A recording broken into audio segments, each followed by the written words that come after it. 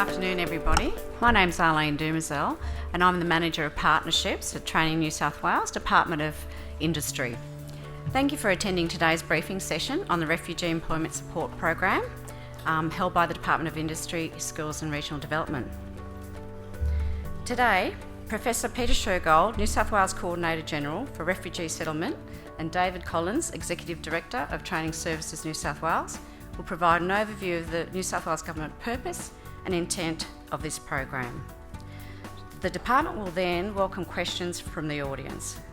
Please note that this session will be recorded and published. However, no audience member will be included in the published video.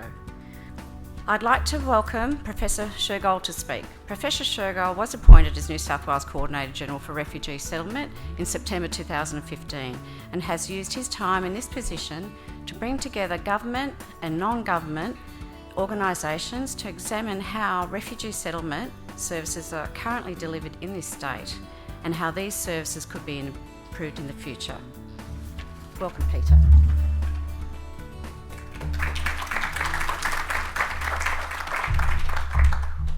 Well, thank you for this opportunity. For myself as the Coordinator General, this is really a very exciting day because, as you heard, I was appointed,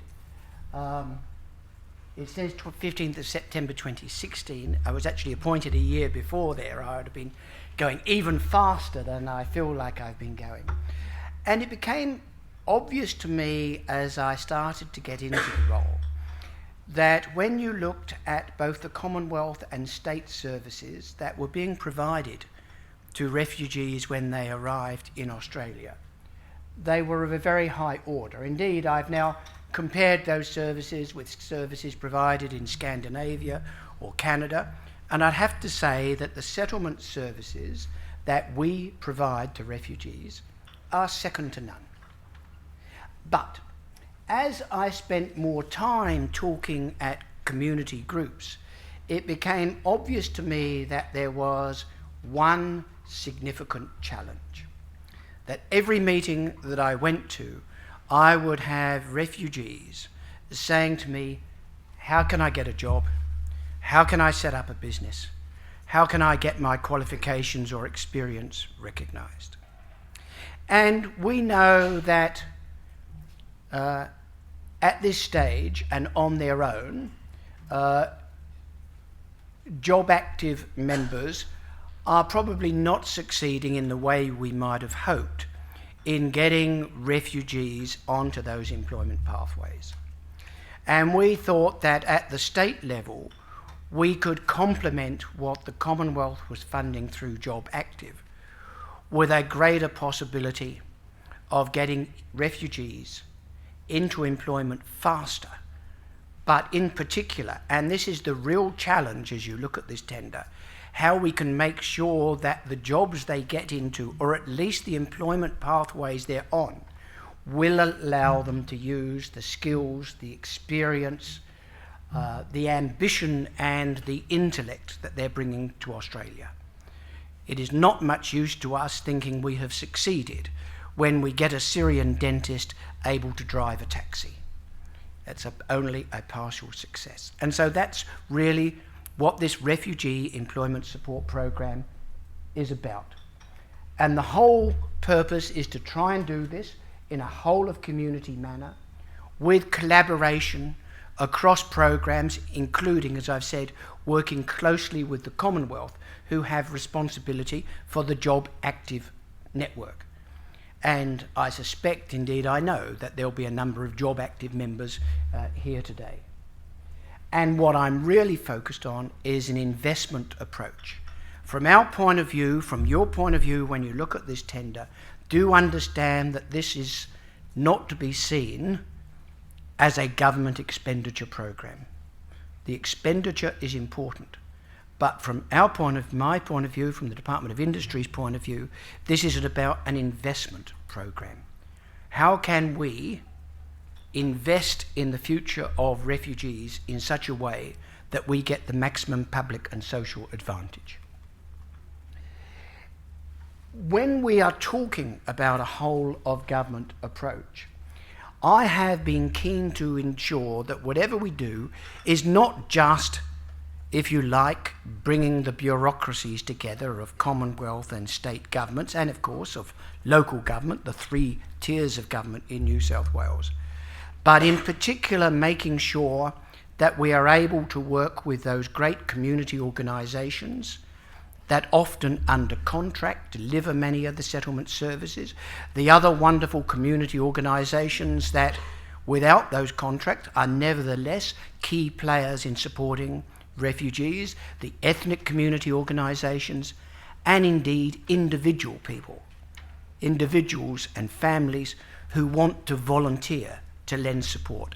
So the whole purpose here, as I will show you in a moment, is to bring the sectors together, the public sector and government with the private sector, with the not-for-profit and social enterprise sector, and with individuals and families. We have, and certainly this year with the expansion in the refugee intake, will be the state that takes most refugees. In a normal year in New South Wales, we take 4,500 refugees in.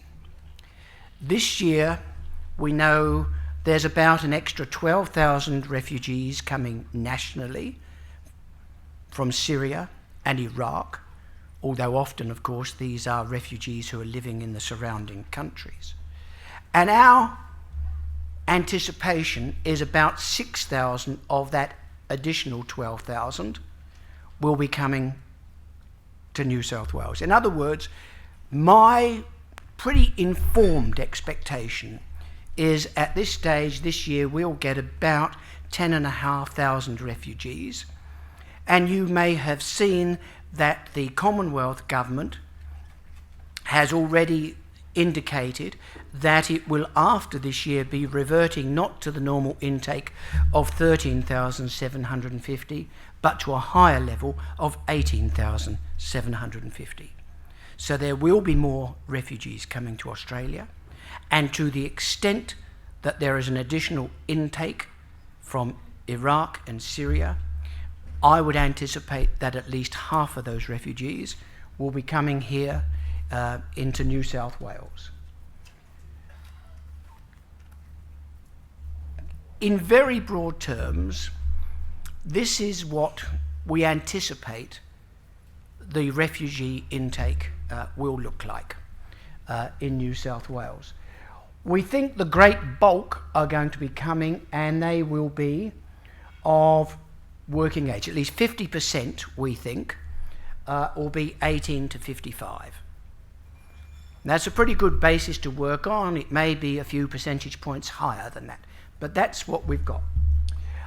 We expect relatively small amounts at the high end, and of course a significant amount will be of children up to the age of 18. But we expect 50% who arrive, and I would say 50% plus probably a little, are going to be in the prime working age group. When we look at that proportion, our expectation is that at least initially 25% we will anticipate would want to stay on the basis of home duties, because a number of these will be single parents looking after children. So at least initially we think about a quarter are expected to have home duties, not actively engaged in the labour market. About another quarter will be relatively low skilled. About another quarter will have vocational levels of skills. Some of that will be in accredited qualifications, and some of that we think will just be on the basis of experience. And that's why it's been quite important to us as part of this program that these refugees will be able to access for free the Cert 1 to Cert 4 provided in vocational education. And we expect about 15% to have higher education equivalent qualifications, and about 10% will probably continue as students. The figures may change a bit, but that, I think you'll find, is a pretty good working framework for when you consider the tender. The key here is I want you to understand that whoever will win the responsibility of oversighting the Refugee Employment Support Program will not just be working alone. There will, of course, be working with government, but more importantly, we are wanting to design this program to make sure that it is complementary with the Commonwealth Government programs, but more importantly, that it has the support of the business community in New South Wales. And that's what we've been able to achieve. So we've now got, I think, almost 20 major employers, and I can assure you into next year this number will increase, who have indicated that they want to be involved with this Refugee Employment Support Program, and typically through their HR managers will be willing to lend support. So whoever wins the case management of refugees here, you can know that on the one hand, there will be the capacity of working with job active members, and on the other, with the private sector here on New South Wales. Australia Post, Clubs New South Wales, Harvey Norman, Crescent Foundation, Westpac, Woolworths, and so on. These are major corporate players who have indicated and become public that they will offer a support to this program. One of these organisations you will have seen has gone further, and that is the AMP, which through its foundation is promoting a series of philanthropic-based programs working with social enterprises in the area of employment. And they have set aside to support this program $500,000 to contribute for this program, and the focus of their money will be in particular with and working with not-for-profit organisations.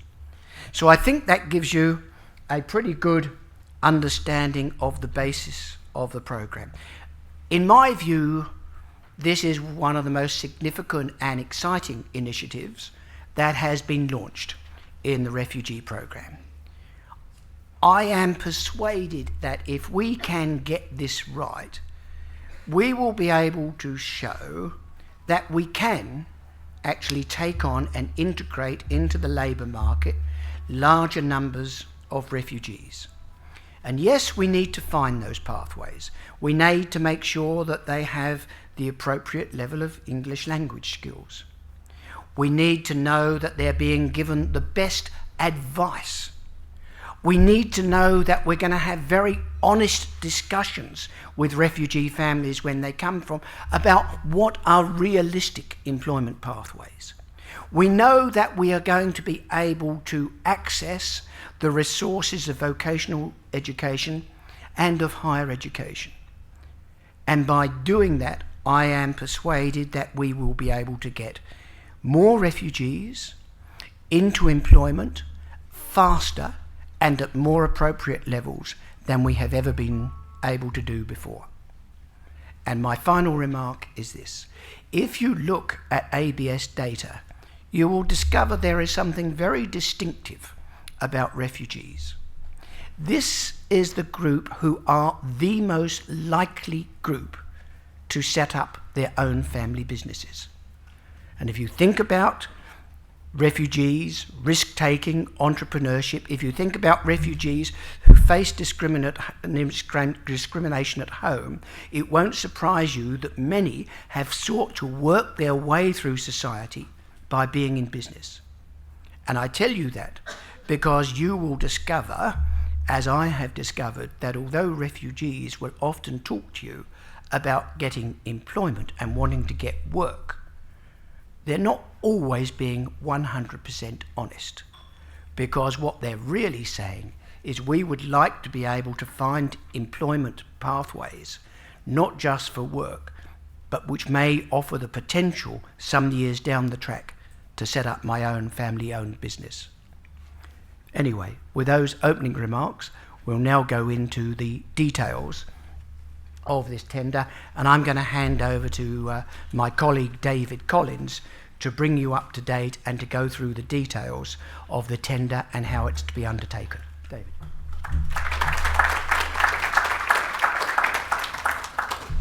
Thank you, Peter, and thank you, everybody. Very nice to see so much interest in this initiative. I'd like to begin by acknowledging the Barramatigal people, the traditional owners of the land, whose lives are very much integrated within this river area, and pay my respects to elders past and present, and acknowledge any Aboriginal people with us today.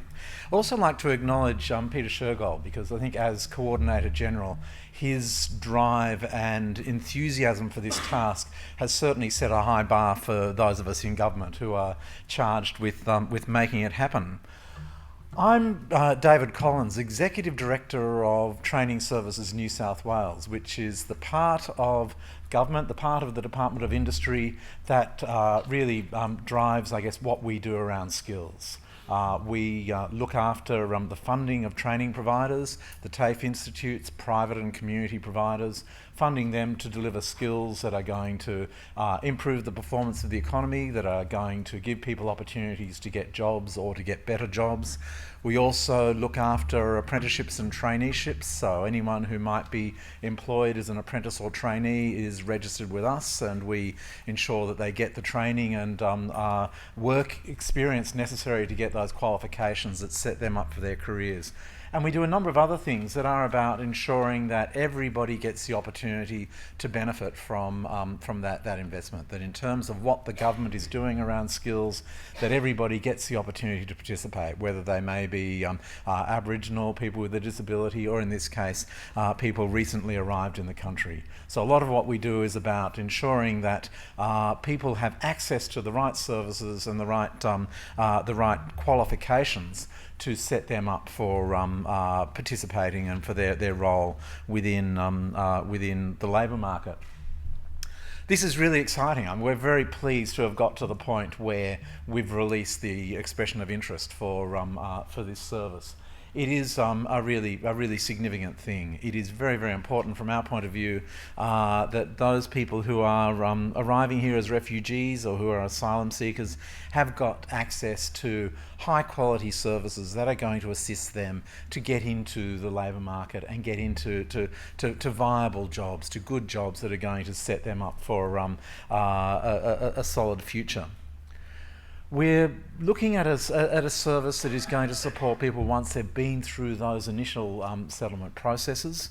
So people who are in a position where they are starting to think about, well, what next? What is it? Where do I go and how do I get there?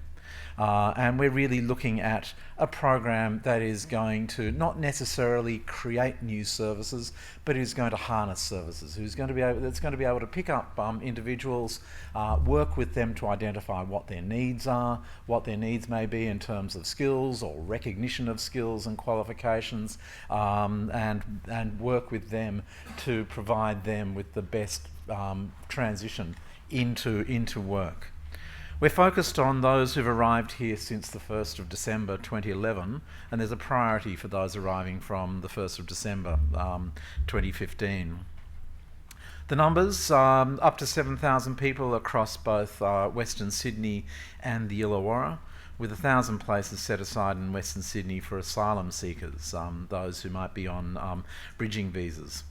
And we're really looking at three groups within this. In terms of, I'm saying those that are ready to look at what next, we're looking at those who may be who may need employment or who may be underemployed, people who are no longer engaged with other employment services, or those who may be working with other service providers but are looking for some additional support that's really going to help them get to where it is they want to go. We're focused on, I don't know if you can see through me, and I apologise about that.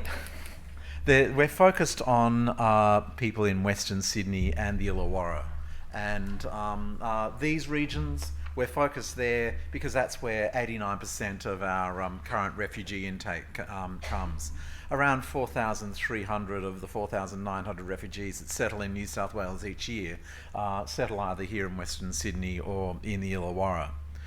The organisations that we're looking for to assist us in this may apply to deliver support to both asylum seekers and refugees in Western Sydney or the Illawarra, or may apply to just support one of those groups.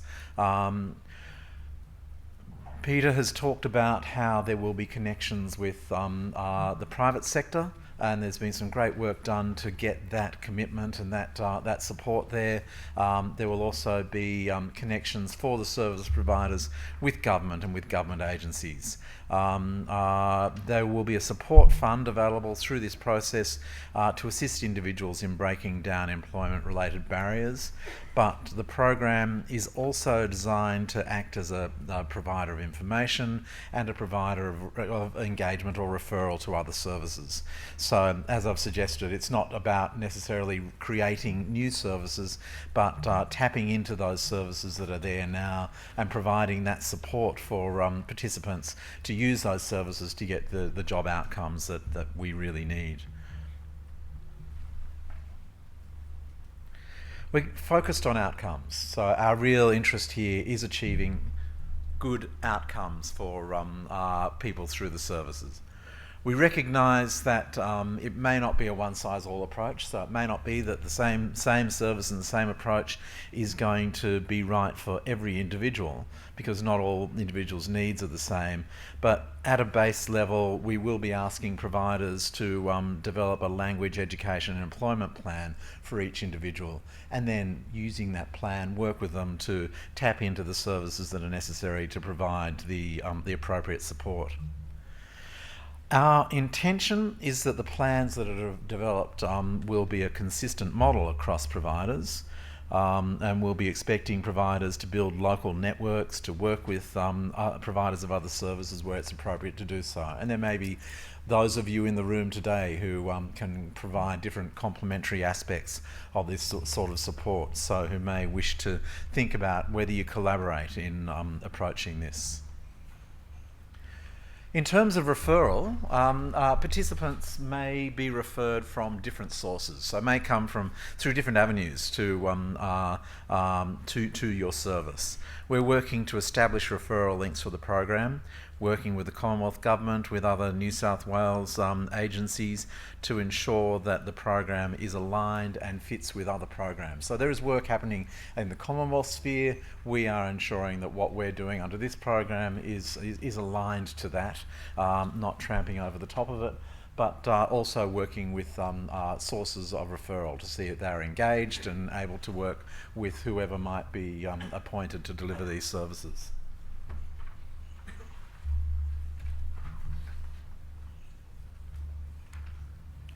As I said, we would encourage collaboration within it. We are very enthusiastic about that. Both of these regions, particularly Western Sydney, are large and dynamic regions, and there are a number of agencies or organisations that are already active in providing the sort of services that we're looking for.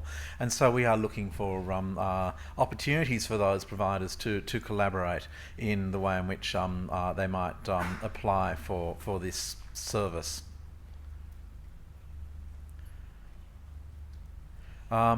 We've also got an arrangement, and this is through the work of Peter and his team. There is a commitment from AMP to provide some support to this process, which is significant. It's about looking at AMP's ability to commission additional services that are going to help the refugee cohort.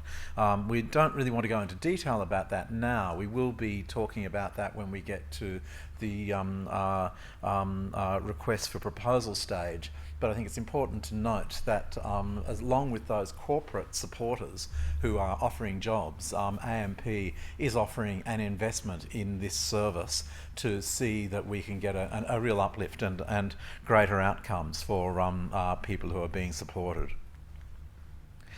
The procurement process, working through government procurement processes are always fun. This is a two-stage process. We're going through an EOI at the moment, so we're seeking an expression of interest from organisations who are wanting to participate. The details for that were released on Friday and are available through the New South Wales Government e-tendering website. And based on that, based on an assessment and analysis of that EOI process, we will be moving on to a request for proposal from those who demonstrate through the EOI arrangement that they have the potential to provide the sort of high quality, engaged service that we would be looking for. Here's a timeline. This will be good for those of you to see. Sorry about that, but a timeline for this. So the expression of interest arrangements have been released, and they will close at 2 p.m. on the 11th of January 2017.